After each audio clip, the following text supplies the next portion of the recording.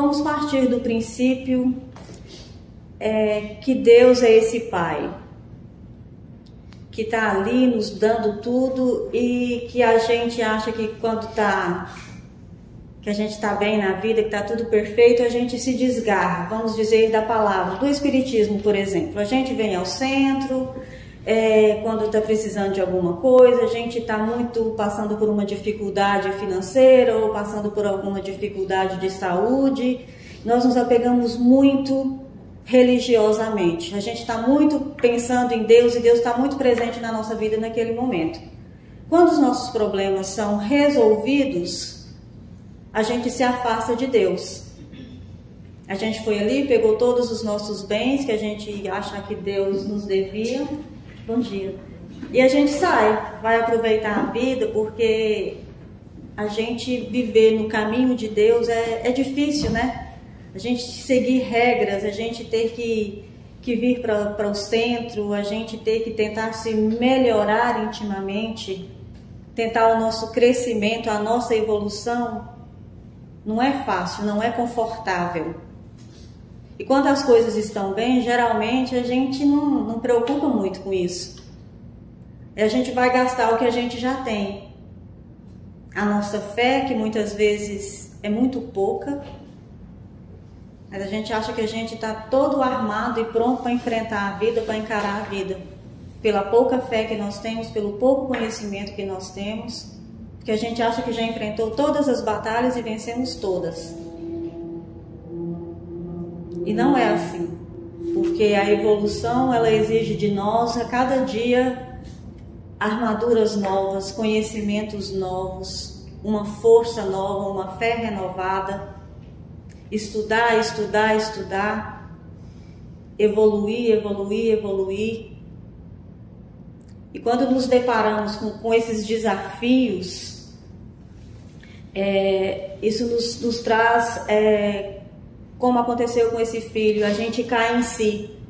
Quando nós caímos de novo e vemos que nós não somos nada, que o nosso caminhar, que a nossa evolução ainda é muito pequena, que nós ainda não estamos prontos, que nós ainda não estamos aptos para encarar de verdade, e que na verdade nós nunca estaremos prontos, ou estaremos fortes, ou estaremos aptos a lutar sem Deus, sem a fé, sem a disciplina de nos melhorarmos. A gente precisa de disciplina na nossa vida, no dia a dia, no nosso trabalho, na convivência com os nossos familiares. A gente precisa de disciplina para viver socialmente. E nós precisamos de Deus. Então, quando a gente cai em si e vê a nossa pequenez, isso deveria nos trazer para nós mesmos e entender que Deus é um Pai tão maravilhoso, porque como fomos sempre criados nessa expectativa de um Deus que castiga, de um Deus que acha que se a gente errar, a gente vai pagar por aquilo de forma errada. E quando a gente volta para Deus, e Deus está sempre ali, nos esperando, de braços abertos. O Espiritismo está sempre aqui, nos esperando de braços abertos. A gente fica 1 ano, 2 anos, 1 semana, 2 semanas sem vir ao centro. E quando a gente volta, qual é a sensação? De abraço, de acolhimento, porque Deus é amor, porque Deus é Pai. Nós que somos pais sabemos e vemos muitas vezes os nossos filhos tomarem decisões, fazerem escolhas, como foi o filho pródigo, que provavelmente o pai dele tinha certeza que ia dar muito errado, que ele não estava preparado para lidar com todos aqueles bens, que ele iria voltar em algum ponto. Mas os nossos filhos precisam crescer. A mesma forma é Deus. Tem tantas coisas que nós pedimos para Deus, que Ele sabe que a gente não tá preparado para aquilo ainda, que nós não estamos prontos. Mas a nossa insistência, a nossa persistência em seguir no erro, em querer seguir aquele caminho, é tanta que Deus permite que aquilo aconteça. Até pelo nosso crescimento. porque é assim que a gente cresce. É indo para os caminhos difíceis da vida que a gente vai ficando mais forte. Então é a gente ter sempre a certeza do amor de Deus por nós. Que apesar das nossas fraquezas, que apesar das nossas falhas, apesar das nossas escolhas erradas, que nós fazemos muito, desde que nascemos e até quando desencarnamos, a gente vai seguir, porque nós não vamos chegar à perfeição, pelo menos nessa encarnação, não sei nem quantas, mas é esse o processo. É a gente cair em si, se vestir de humildade, se ajoelhar diante do Pai, pedir perdão, porque Deus está sempre pronto a nos perdoar. Deus é um Pai de amor. Um pai não quer o mal do seu filho. Em primeiro lugar, ele nos conhece. Ele sabe da nossa vida. Ele sabe das nossas vidas, porque essa não é a nossa primeira. Então a gente vem errando de muitas. Ele conhece o nosso potencial. E ele acredita no nosso potencial. Que a gente usa ele muito pouco. Nós usamos as nossas capacidades de forma muito limitada. Capacidade de amar, capacidade de dedicar, capacidade de estudar, a nossa inteligência. É tudo o mínimo que a gente faz. E para a gente estar perto de Deus, para Deus nos perdoar, é um simples gesto que Ele está esperando de nós. Às vezes um arrependimento. Mais uma vez, a gente ser humilde, pedir perdão para Deus. Deus me perdoa. Eu estava errado. Me perdoa, Senhor. O caminho que eu tentei ir não era esse. Não é este caminho que me leva para onde eu quero chegar. E muitas vezes a gente não sabe nem para onde a gente quer ir, né? Aí que a gente se perde mais ainda. E é natural. Isso é natural. Muitas vezes a gente se sente muito perdido. Muitas vezes a gente se sente muito sozinho. E nós não estamos sozinhos. Nós somos seres humanos. Seres falíveis. A gente não pode perder a nossa fé nunca. E aí que tem um exemplo do filho mais velho, que também não entende aquela posição do pai, e que muitas vezes eu me vi nessa situação diante de Deus, porque a gente questiona Deus muitas vezes, porque a gente fica nessa luta constante de se tornar um ser humano melhor, de fazer as coisas de forma honesta, de fazer o bem, e a sensação que a gente tem é que a gente não sai do lugar. Que você olha à sua volta, que muitas pessoas que agem exatamente do contrário, parece que estão bem melhor do que você. E essa sensação é muito nítida e ela é bem grande. E a gente questiona Deus, mas fala, não entendo. Será que você tentar ser bom não é o certo, não é o que vai fazer você crescer?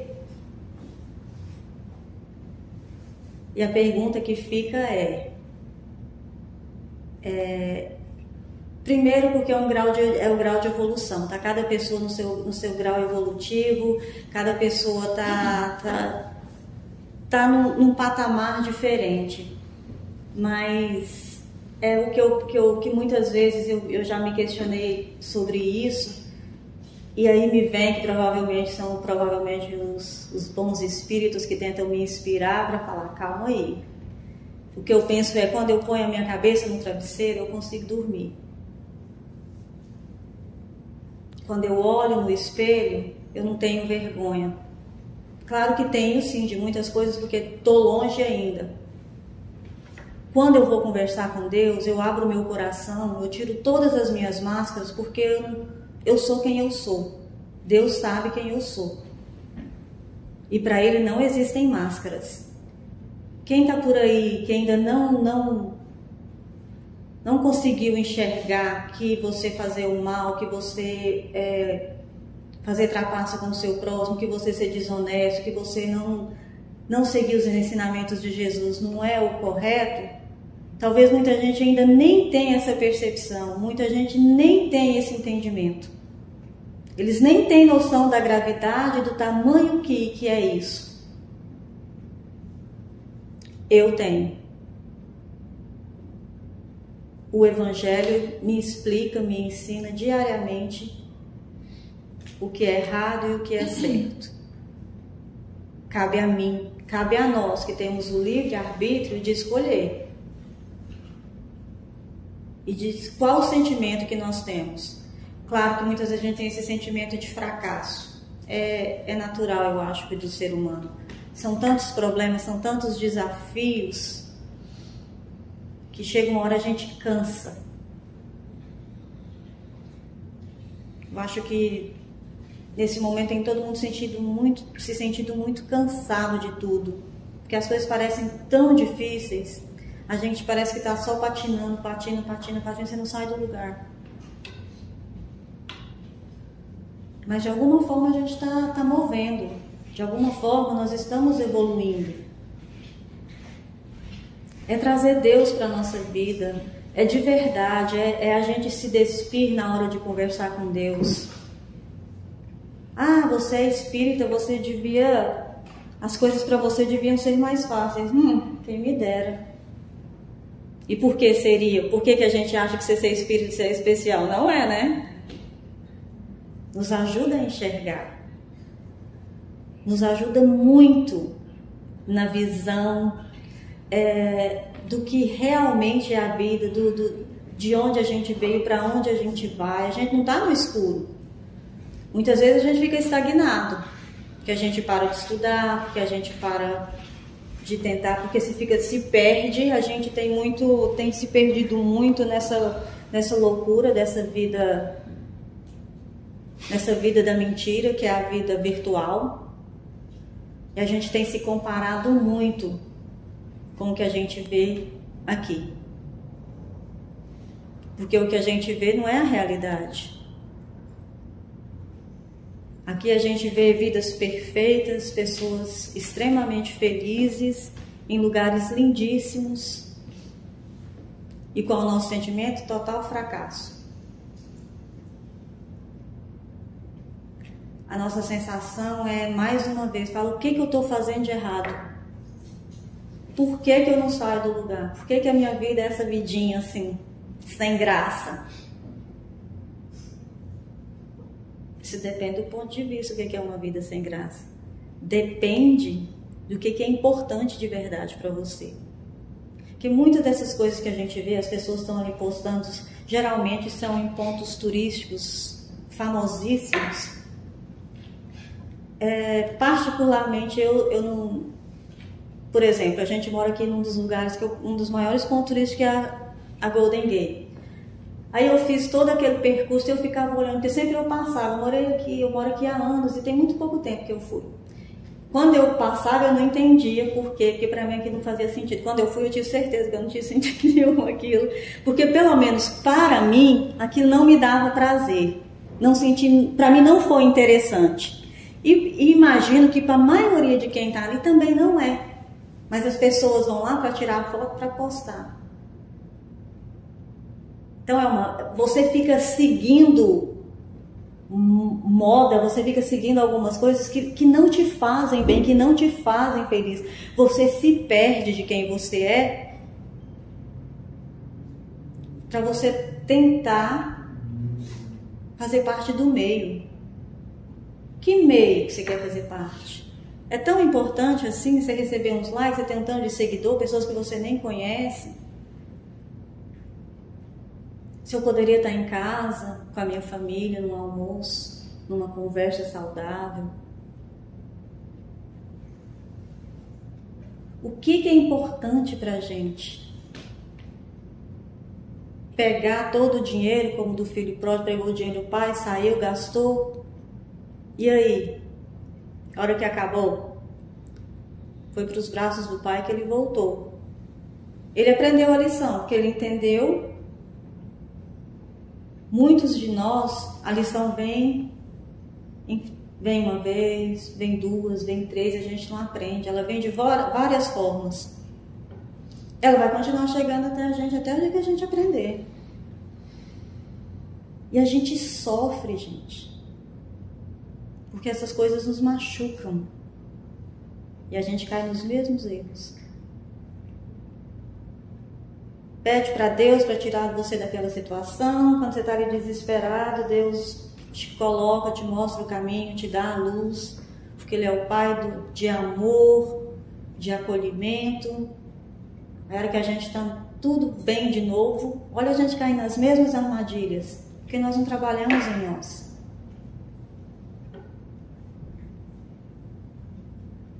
O que é a riqueza para nós, espíritas? É a evolução. E quanto mais a gente estuda, quanto mais a gente entende, mais as pequenas coisas, as coisas mais simples nos dão prazer, nos dão a sensação de felicidade. As coisas simples da vida são as melhores. E a gente está perdendo isso. É uma conversa com um amigo. A gente nem tem tempo, porque aqui a gente trabalha tanto. Um dia que não dá pra gente fazer o que precisa ser feito. A gente nunca entende isso. Com todo mundo que eu converso de brasileiro, fala, não sei que vida é essa, porque aqui o tempo não dá. No Brasil a gente tem tempo para tanta coisa, né? Que você acorda contando os minutos e quando você vai ver um monte de coisa que você tinha que ter feito naquele dia, não deu tempo. Deixa eu falar uma coisa, falando da riqueza, né? Uhum. Essa semana, o marido chegou para mim e falou assim, você sabe hoje quem que é o homem mais rico do mundo hoje? Eu falei, não. Ele falou, aquele da Tesla. É, o Elon Musk. Elon Musk. Aí depois o segundo, ele falando dos bilhões, não sei o quê. Eu perguntei para ele assim, quem era o homem mais rico do mundo há 10 anos atrás? Ele falou assim, não sei. Eu falei, e há 5 anos atrás? Também não sei. Falei, essas pessoas estão deixando uma grande marca? Falei desse jeito para ele. Falei, qual a marca que elas estão deixando no mundo? O Tesla pode ter feito alguma coisa, sei lá. Mas assim, qual é a marca só por ser os mais ricos? Agora, quem foi Sócrates? Quem foi Jesus? Ele ficou olhando para minha cara. Eu falei, se essas pessoas tinham dinheiro, essas pessoas falavam em dinheiro, elas juntavam coisas. Então aí sendo lembradas, eu nunca tinha né? pensado nisso, eu falei assim, vamos ver se... Verdade. Porque é irrelevante quem é o mais rico hoje, mas tanto é que daqui 5 anos ninguém vai lembrar que você era o mais rico ou não, entendeu? Exato. Então é exatamente isso, são essas coisas pequenas, irrelevantes, que não são importantes para o nosso crescimento, que a gente fica perdendo tempo com isso. Eles estão lá se matando, fazendo loucura só para sair numa revista, na Forbes, na lista dos mais ricos do mundo. E daí? A encarnação está passando, o tempo está correndo. Competição insana. É uma competição insana por coisas inúteis. E a gente entra nessa onda. Oi, daí depois você vai ver a vida pessoal deles, né? Não é nada, Não. né? São pessoas com uma série de dificuldades. Uma outra coisa que também a tua fala me fez lembrar é que a Casa Espírita que eu frequento no Brasil, ela tem um trabalho de visita a presídios, né? Uhum. Aí tem um grupo específico que vai lá levar o evangelho com as pessoas. E teve uma vez, teve uma companheira que ela pegou e na reunião que eles fazem de vez em quando para ver como é que está sendo o trabalho, né, o progresso do trabalho, aí ela questionou, né, ela falou que achava que não via sentido, porque quando ela tomou conhecimento quem era aquele público, né, que eles estavam ali pelo menos uma vez por mês levando uma palavra, né, do Evangelho, eram pessoas assim que tinham feito tanta coisa bárbara que ela achava que não tinha muito sentido, né? Aí o companheiro que dirigiu o trabalho falou assim, para nós temos aquela visão da pessoa ali, né, do que ela fez agora, a gente não tem a visão dela como espírito em evolução, pode parecer que seja um trabalho em vão. Mas para Deus, para Jesus, não, porque conhece aquela criatura profundamente. Então ele falou, a gente já fez essa consulta pelo espiritual, e o espírito dirigente da nossa tarefa falou que a plantinha está sendo, foi plantada. A semente. Quando ela vai germinar, não importa para Deus, o importante é que um dia ela vai germinar. Então faça o seu trabalho, com carinho, com dedicação, porque o tempo não importa, né? E quem precisa de cura é o doente, né? Se fossem espíritos que não precisassem, a gente não precisava estar. E quem somos nós para julgar, né? Porque a gente está ali julgando que cometeu aquele crime. Eu não sei o que eu fiz na minha vida passada. Oi, Raia. Quando você perguntou o que o Espiritismo representa para nós, me fez lembrar da porta estreita. Porque o Espiritismo traz esse bem claro o que a gente precisa fazer para a nossa evolução espiritual. E muitas das vezes, mesmo sendo espíritas, a gente ignora, né, essa porta estreita, que é necessário, né, através das dificuldades, a gente passar sem lamentar, procurando tirar o aprendizado daquela lição, porque, como você disse, as lições vêm de novo e a gente não sabe por quê. Porque a gente ainda não soube como entrar nessa porta estreita. Mas a gente está tentando, né, Raimunda? Porque nós somos espíritas, mas somos espíritos ainda nessa luta diária de melhorar, e faz parte. A gente não pode também se sentir culpado, ficar se sentindo mal, porque a gente acha que a gente não evolui. É levantar, erguer a cabeça e começar de novo. Falar, oh Deus, desculpa aí, estou eu aqui de novo, pedindo perdão pelas mesmas coisas, mas eu tenho. O meu intuito é bom, eu estou querendo melhorar. Não é fácil. Ainda somos infantis, ele sabe. Ele sabe. Eu falo, olha, eu estou vindo de vidas e vidas, o Senhor me conhece, eu estou numa peleja danada. E não é fácil, porque cortar na carne não é fácil. É muito fácil a gente apontar o dedo para o outro, mas para nós enxergar as nossas dificuldades, os nossos erros, a gente nem faz isso. Mas uma outra coisa, quanto mais você vai evoluindo, a gente não pode levar para aquele negócio que a evolução vai nos tornar felizes na Terra. Não é, a gente não vai ter riqueza na Terra. Porque se a gente comparar com Madre Teresa e com tantos outros que vieram passar uma vida difícil, fazendo esse trabalho de auxílio, de amparo, a gente olha e não vê a vida dela como a vida de uma pessoa, vamos supor, algumas pessoas, né, como você deu exemplo, de pessoas que colocam nas redes sociais, posta ali aquela coisa linda, maravilhosa no momento, enquanto a beleza de tudo tá aquelas pessoas que estão lá fora, plantando a sementinha, como disse a Cleia, através dos pequenos atos. E é isso, gente. A gente ser espírita não torna a gente especial, não. A gente está na luta do mesmo jeito. E mais uma vez, a Terra é um planeta de provas e expiações. A gente não encarnou aqui para ser feliz. A gente não vai alcançar a perfeição aqui. Você diz a felicidade plena. A felicidade plena, Não adianta a gente achar que você vai ter sempre alguma coisa que não vai estar bem, vai ter sempre, você vai viver aquele momento ali, mas são desafios exatamente por isso, porque senão a gente vai ficar parado. Se eu chego num ponto e eu alcanço aquela felicidade que nada mais vai me acontecer, eu não vou evoluir. Porque o que faz também a gente se sentir com vontade de ir pra frente, porque nós temos esses momentos, esses refúgios de felicidade. Né? Temos, só não temos a felicidade plena. E mais uma vez, a gente não distorcer o que traz felicidade, porque eu acho que isso é muito o problema do momento agora, que você fica procurando felicidade em coisas que não vão te fazer felizes, vão te trazer uma alegria momentânea, mas quando você está com você mesmo, que você volta para si, aquilo é muito fútil, é muito vazio. Eu acho que esse é um dos grandes problemas de você ser o homem mais rico do mundo, mas a sua vida por dentro ali, na sua intimidade, você não é uma pessoa feliz. Eu acho que muito disso é a gente estar muito colocando as nossas energias e o nosso trabalho, o nosso esforço num lugar muito errado. É a gente voltar pra gente, mais uma vez. A porta estreita tá aí? Tá. A gente precisa ficar num shape e a gente vai passar por ela. A gente vai tentar uma vez, tá faltando alguma coisa ainda. A gente volta e vai ser. É esse o processo.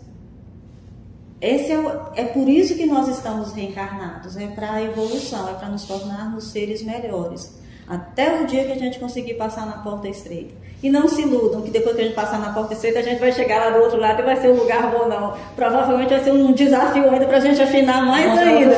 Outras portas. Mais estreita ainda. Hoje.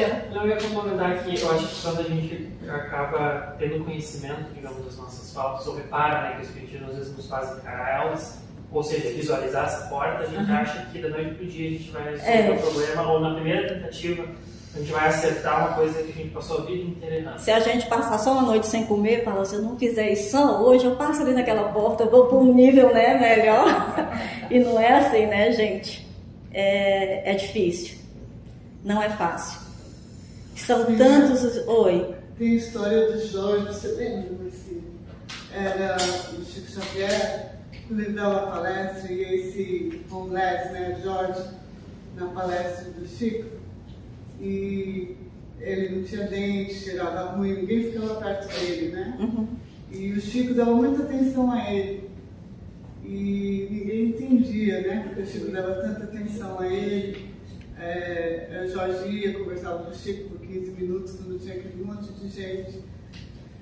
E uma vez o Jorge falou com uma pessoa que, às vezes, quando ele tinha um break, ele conseguia um break, mas ele voltava e ficava homeless de novo. E um dia o Jorge morreu, né? E ele era uma pessoa super simples. E quem veio buscar Jorge foi Jesus. Então, às vezes a gente está numa situação que é aquela mesma, que não evolui como Jorge, né? Como homeless, é porque ele tinha que passar por aquela com certeza. Mas o jeito que você leva os seus problemas que é a diferença. A forma que você encara, que você aceita, que você enfrenta, né? Por isso que eu acho que Jorge, entendeu?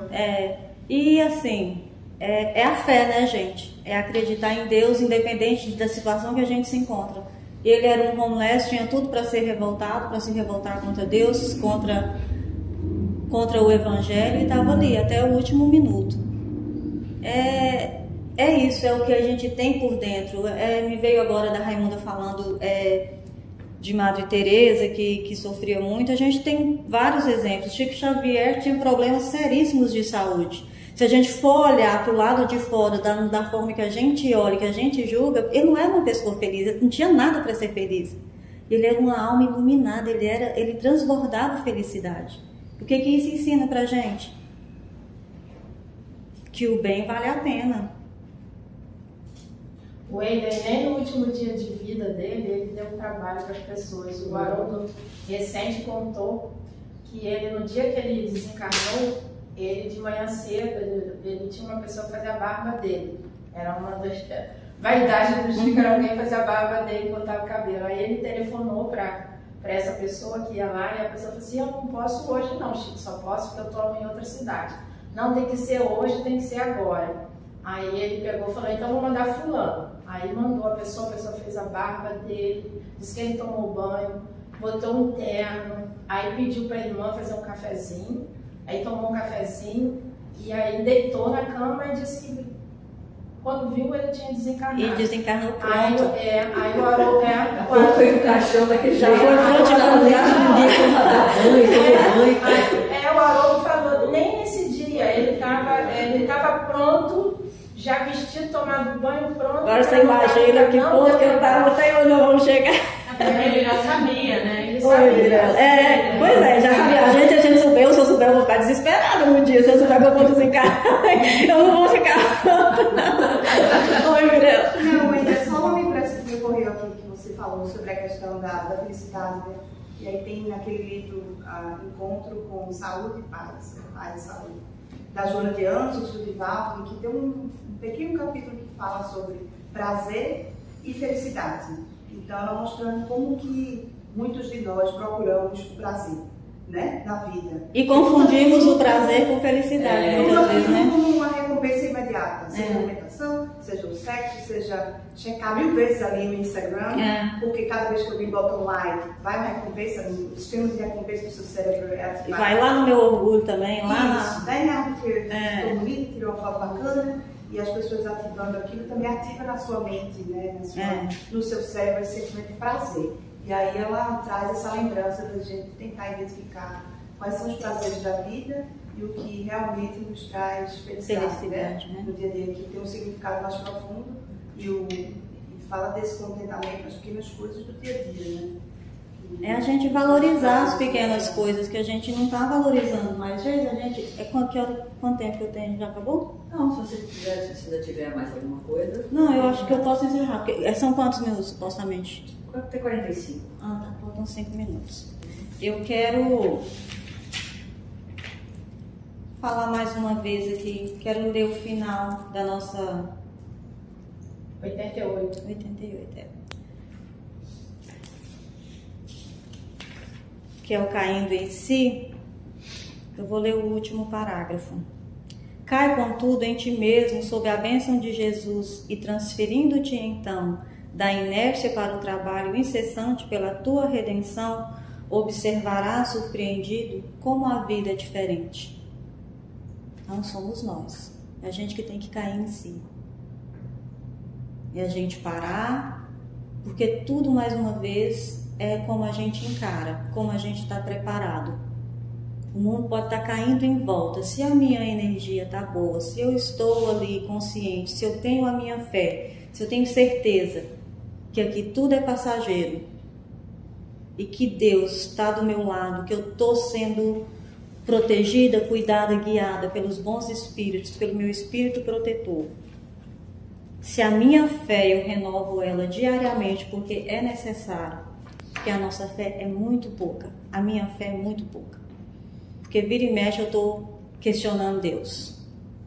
Exatamente pelo que a gente comentou. Porque você acha que você fica aqui nessa peleja de melhor, melhor, e você se sente patinando, não sai do lugar, e outras pessoas que fazem o contrário, supostamente estão bem. Você fala, o que eu estou fazendo de errado? Mas Deus. Então é a gente cair em si. Só da gente estar aqui hoje, de a gente estar nessa tentativa, nessa busca, já mostra que a gente está num caminho correto. É renovar a fé, renovar a força. E vir para cá e estudar e trabalhar, sair da bolha da casa espírita, porque a gente precisa levar o que a gente aprende aqui, o que Deus ensina para a gente é lá fora, com quem não é espírita, com quem tem outra religião, com quem não pensa como a gente. É respeitar, é ter paciência, é contar até 1000 para não entrar numa discussão. Porque muitas vezes você ouve uma pessoa falar, mas não é possível que eu ainda estou escutando isso. Se a pessoa pensa assim, aí você tem que parar para pensar. Algum dia eu pensei assim, a cada um no seu tempo. Eu já tive esse pensamento. Por que eu não vou ter compaixão do meu irmão? Por que eu vou achar que ele tem que estar pensando como eu estou pensando? Porque tem outras pessoas que estão mais evoluídos do que eu, que provavelmente quando me vêm falando alguma coisa ficam chocados também. E eu nunca parei para pensar nisso. Tô achando que eu sou a dona do balacubá, que eu tô lá no grau de evolução lá em cima.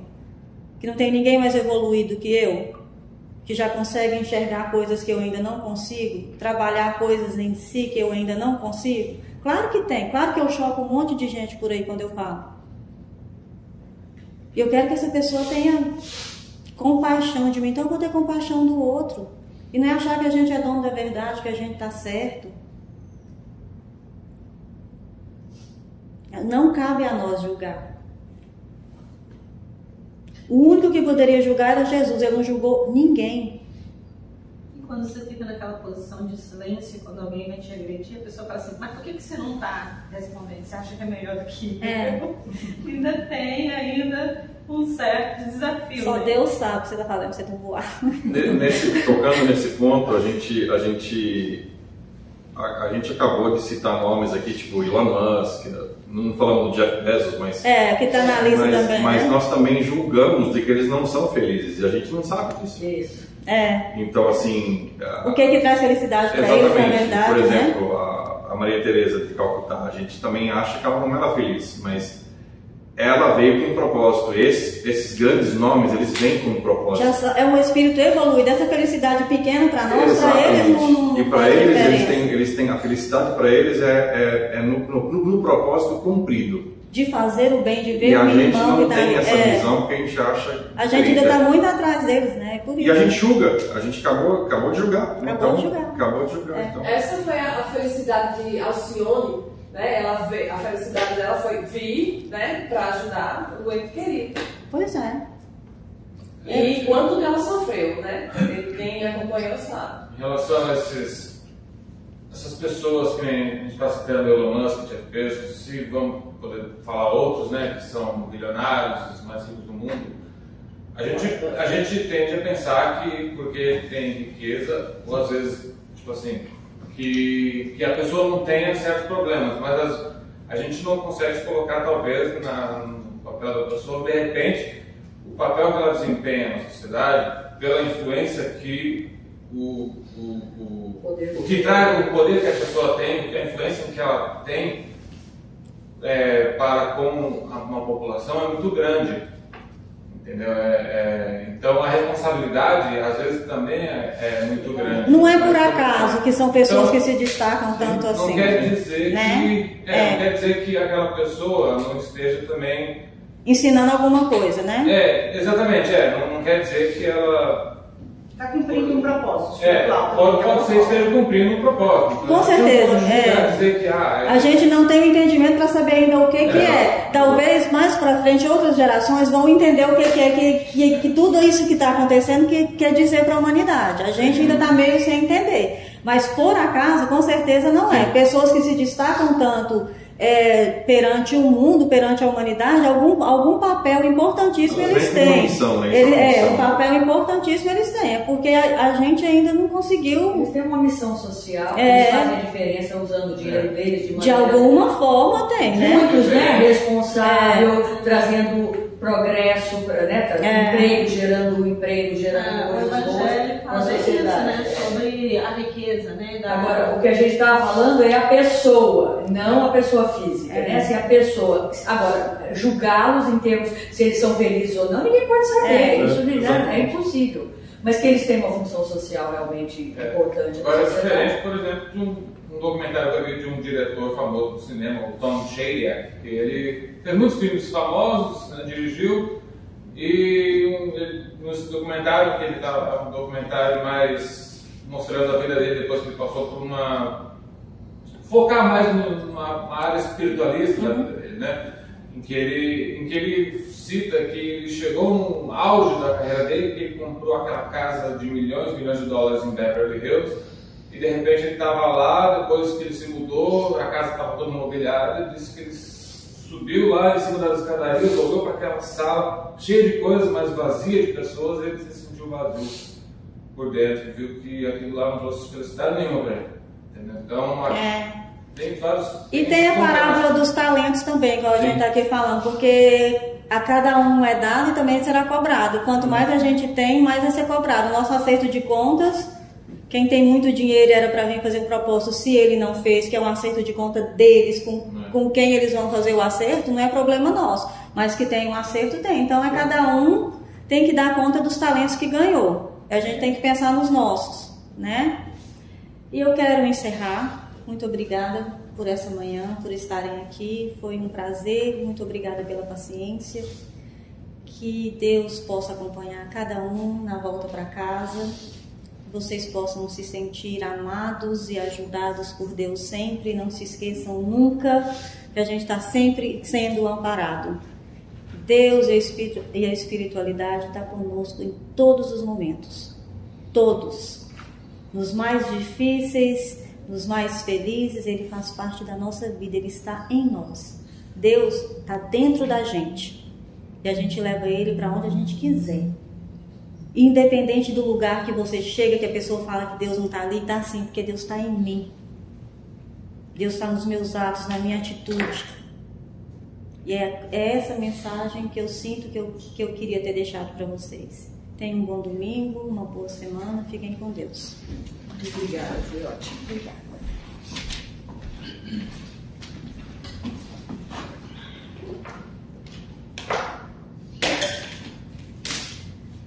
Então hoje nós finalizamos aqui, mas vamos fazer a nossa oração final, fazer uma uma vibração, e logo depois disso descemos todos para o passe, né? Como sempre, e tem água frutificada, e após o passe a gente se reúne naquela cozinha ali atrás, que a gente toma um cafezinho, bate um papinho até as 11h30, tá bom?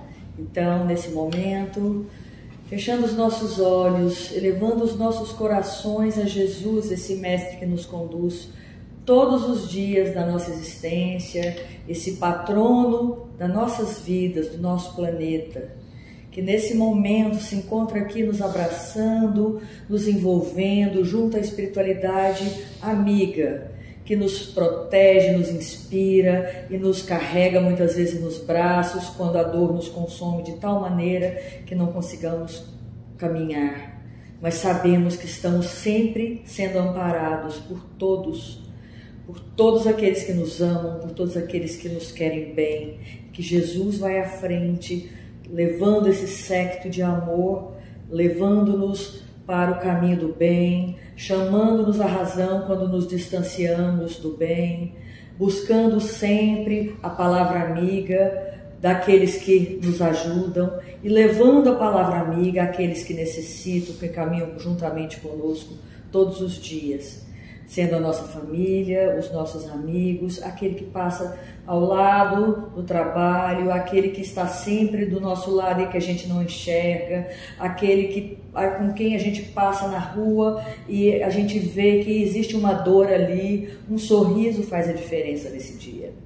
Então, Senhor amigo, Jesus, Mestre querido, nos acompanhe nesse dia, nessa semana, para que possamos retornar aos nossos lares, refeitos espiritualmente, fisicamente, para voltarmos às nossas lidas com muita alegria, com muita vontade de trabalhar, com muita vontade de servir, com muita vontade de amar.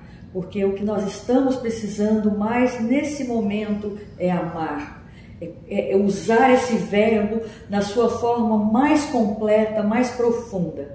Amar, amar, amar sempre, a quem quer que esteja ao nosso lado e mesmo aqueles que já partiram, jogar para o universo esse nosso amor àqueles que nos antecederam na nossa passagem e que sigamos juntos com a doutrina espírita nesse século XXI, que é um século de transformação, um século de muitos desafios, mas de muito aprendizado. Vamos juntos buscar esse caminho de mãos dadas para que o nosso lar, esse nosso recanto de amor, de paz e aprendizado, possa ser mais um caminho, mais um foco de luz na escuridão desse mundo, para que nós possamos juntos abraçar aqueles que buscam o nosso carinho, o nosso abraço e o nosso amor. Jesus, amigo, muito obrigado por esse dia, ser conosco agora e sempre. E assim seja.